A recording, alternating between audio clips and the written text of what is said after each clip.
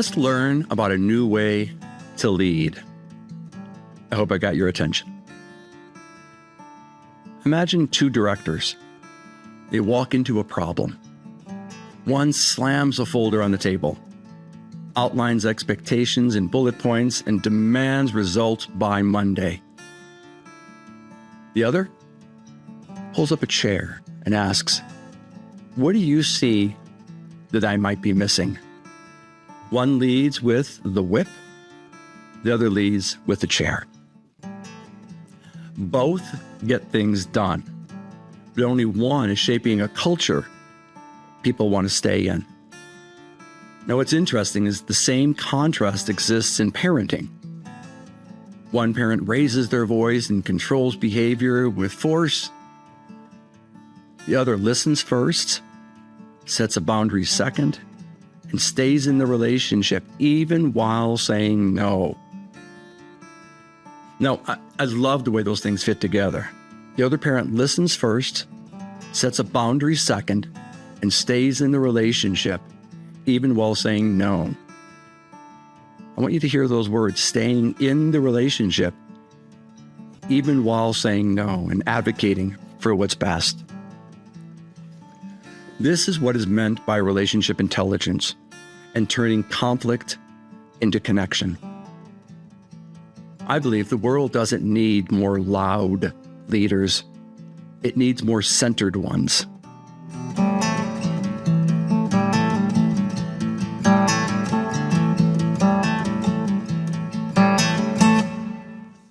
So welcome back to the Rethink Podcast.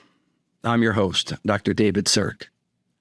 This podcast is where we step back and pause and explore smarter, more connected ways to lead and live by thinking with connection in mind, which is exactly what is meant by the word rethink, relationship-enhanced thinking.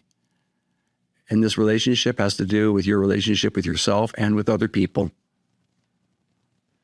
Now I'm excited because on this episode of the Rethink Podcast, we're exploring what it means to lead quietly. In today's culture of bigger, faster, louder, many leaders feel that they have to shout to be heard or constantly perform to stay visible. But in doing so, they miss the deeper kind of leadership, the kind that brings people together instead of pushing them around. We're rethinking leadership as something more grounded, not about asserting power, but about cultivating presence. You might be familiar with Susan Cain. She's an author of a book called Q.U.I.E.T, The Power of Introverts in a World That Can't Stop Talking. Susan also offers a compelling model for leading deeply rather than loudly. She argues that leadership doesn't require performance. It often shines through modesty, preparation, and thoughtful listening. Susan, I couldn't agree more. But breaking this down from a rethink framework, we're going to do some twists and turns on this. So let's get into what is meant by leading quietly. Today, we'll unpack two leadership symbols. The whip, it means a leader who is really good with control, urgency, power-driven, and fear-based compliance. You might know someone like that. They're a dime a dozen. And then there's the chair. This is a leader who leads with collaboration, invitation, shared wisdom, always with an unremitting relational focus. Let's begin by unpacking 5 principles that form the acronym Q.U.I.E.T, Q-U-I-E-T. So I just put this word back on the board, and we're going to break it down. Because what we're trying to do is really understand the power integrity built within quiet leadership. A mindset for leaders who want to be effective without being forceful, who want to understand the best way to use the chair. Now, the first letter is Q. So I'm going to write the word quality. To be a quiet leader, we start with and focus on quality. Quality over quantity. Quiet leaders prioritize excellence over volume. Their decisions are thoughtful, leading to high quality outcomes that inspire respect and trust. Now that's amazing. Why? I think we should all be going for and trying to improve mutually agreed upon and shared respect and trust. The less is more focus is on quality interactions that lead to high quality decisions. So hopefully you can appreciate why quiet leadership begins with quality. The U, this is one of my favorite parts of the quiet leadership model. The U stands for uniqueness. Uniqueness with an inward focus and always being observational. Being aware of not only what's going on inside of you, but what's going on around you and how other people are experiencing you. That is being observational at the highest level. Rather than following the crowd, quiet leaders embrace their distinct perspectives. These are what I call their intangibles. What makes them them? And their unique approaches, they foster innovations and it improves their access to authenticity. Ask yourself, what makes me unique? And how can I capitalize on this attribute? Let me give you an example. A person I know really well, their superpower is intensity. And what they've learned over time is how to dial it up and dial it down in relationship with their situation. So they have self-awareness and situational awareness, and then they also have that regulatory ability, dial it up and dial it down. So as an example, in a team meeting, a person might say, you know what, we're playing around with a really great idea right now. In fact, I want someone to go put it up on the glass board. Now, let's get intense. Let's just forget about the guardrails for a moment. And I'm giving everyone permission to intensely attack that opportunity. Let's just get crazy with these ideas. I'm dialing my intensity up, and I want you guys to do the same thing. Now, what's happening is that leader is inviting change in team dynamics. I think they're introducing an opportunity to be both playful and provocative. And I believe that what happens next will likely be amazing. That's the power of understanding what makes you unique and giving yourself permission to activate it. Let's go to the third letter. It has to do with introspection. That's a big word, so I'm going to put down the word insight. I'm going to be using those words interchangeably. Introspection, looking within. Introspection for clarity and growth. And as you begin to introspect with intentionality, mastering the art of self-reflection. Now, what's really interesting about introspection or accessing insight is that since the mind can't be two places at once, you will not be actively engaged in your surroundings because you'll be actively engaged with interconnection. You will be looking within, trying to figure out what's going on, what's being impacted, what emotions are showing up, what thoughts am I having? And you're also giving yourself permission to be creative, activating your imagination to see what happens. By doing so, you're mastering the art of very active self-reflection. I hope I gave you an understanding of why introspection and seeking insight can become completely fun. Now, please understand that reflection that I'm talking about, it's the cornerstone of quiet leadership. Regular self-assessment enables these leaders to grow, make informed decisions, and gain a deeper understanding of their teams. When we go inward, not only are we looking at what's going on right now and being curious about it, but we're also looking at how our behaviors are impacting other people. And that's a classic example of relationship intelligence skill, being aware of how my behavior is impacting other people. Introspection involves looking within to see what lies beyond. That's the power of seeking insight. The E is energy.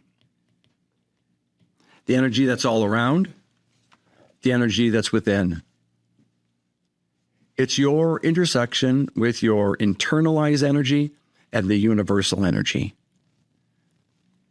Now, what's interesting about quiet leadership is they begin to tap in the energy from within, not from applause. They're not seeking actively external validation.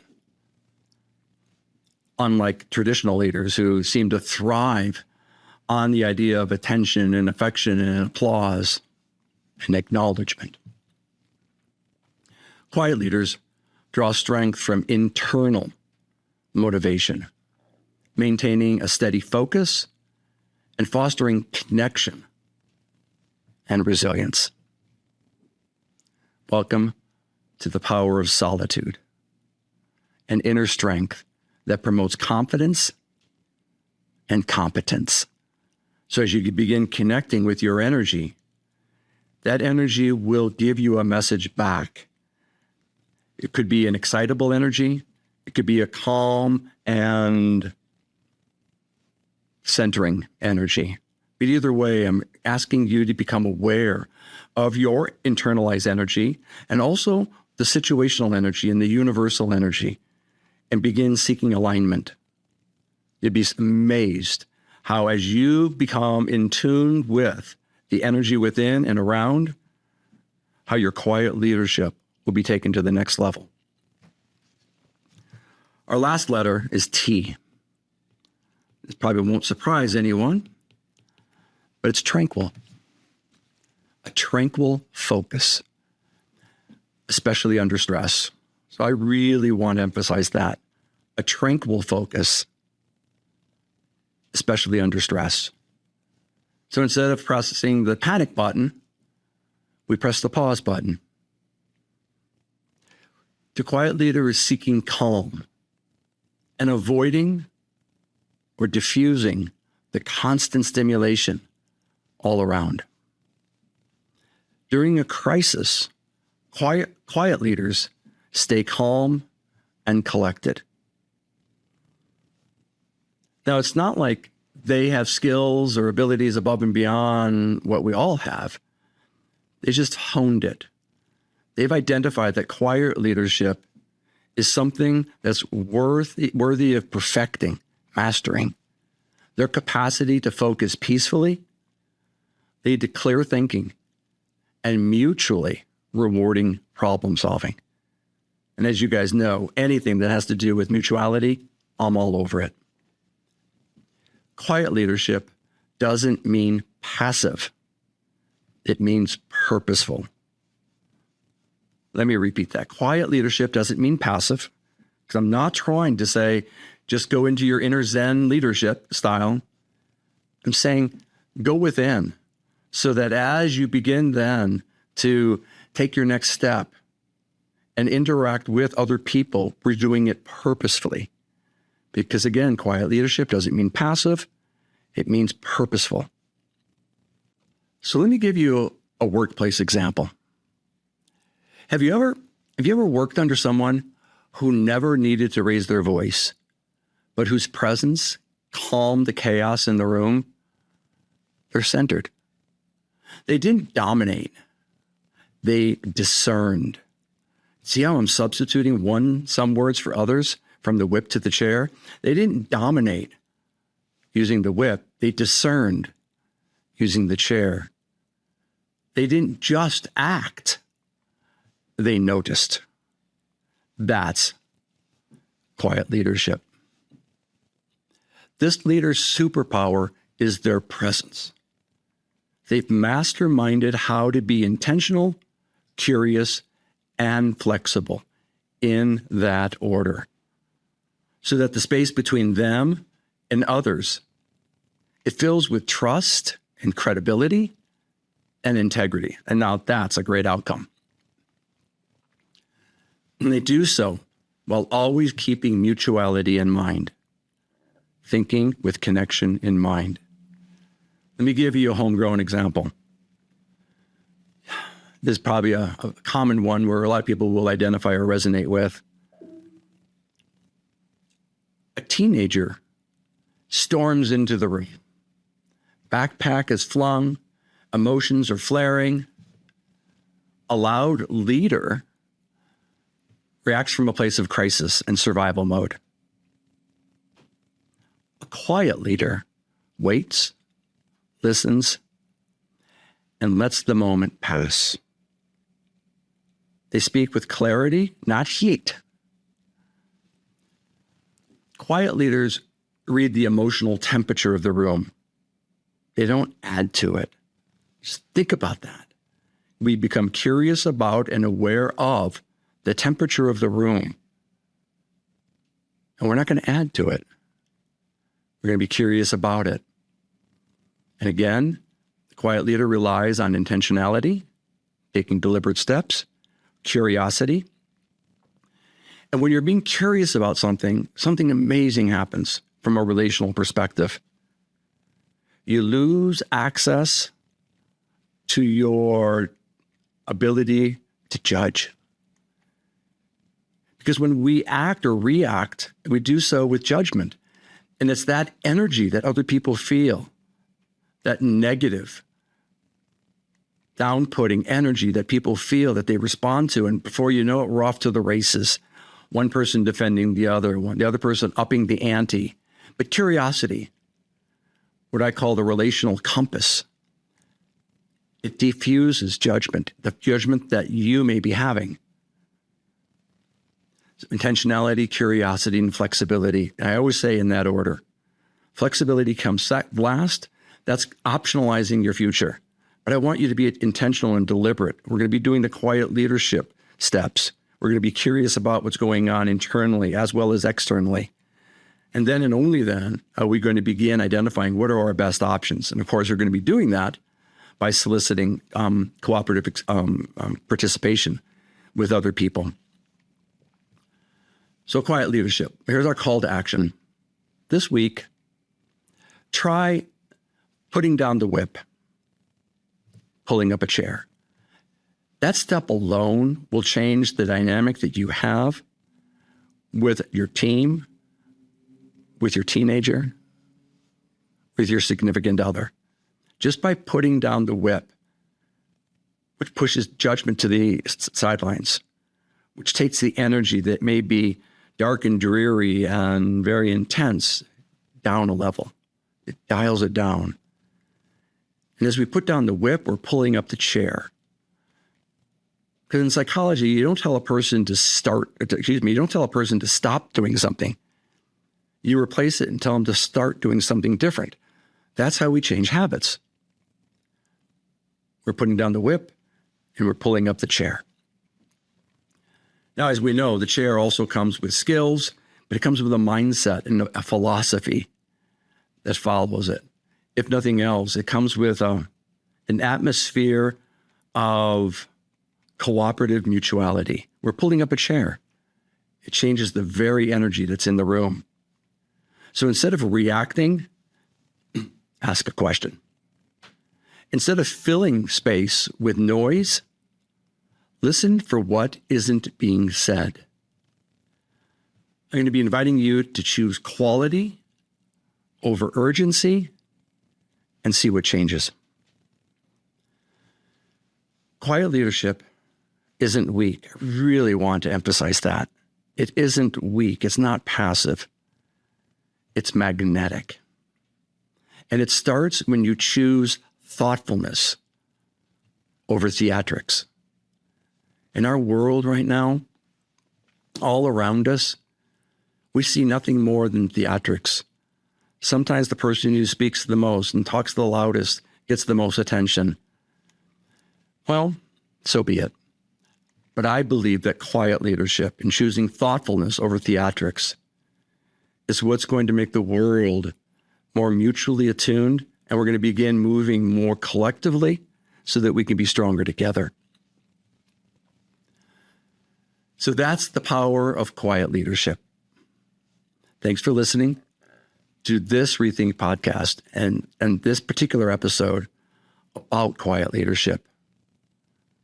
I'm Dr. David Zierk, inviting you to rethink the kind of leader you want to be and the kind your team deserves.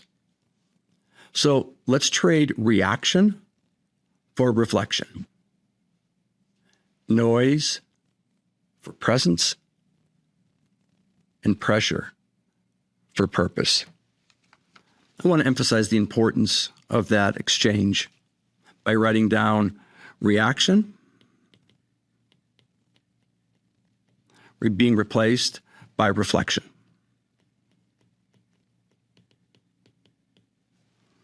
These are the traits that emphasize you moving in the direction of quiet leadership. Trading reaction for reflection. Trading noise for presence. And trading in pressure.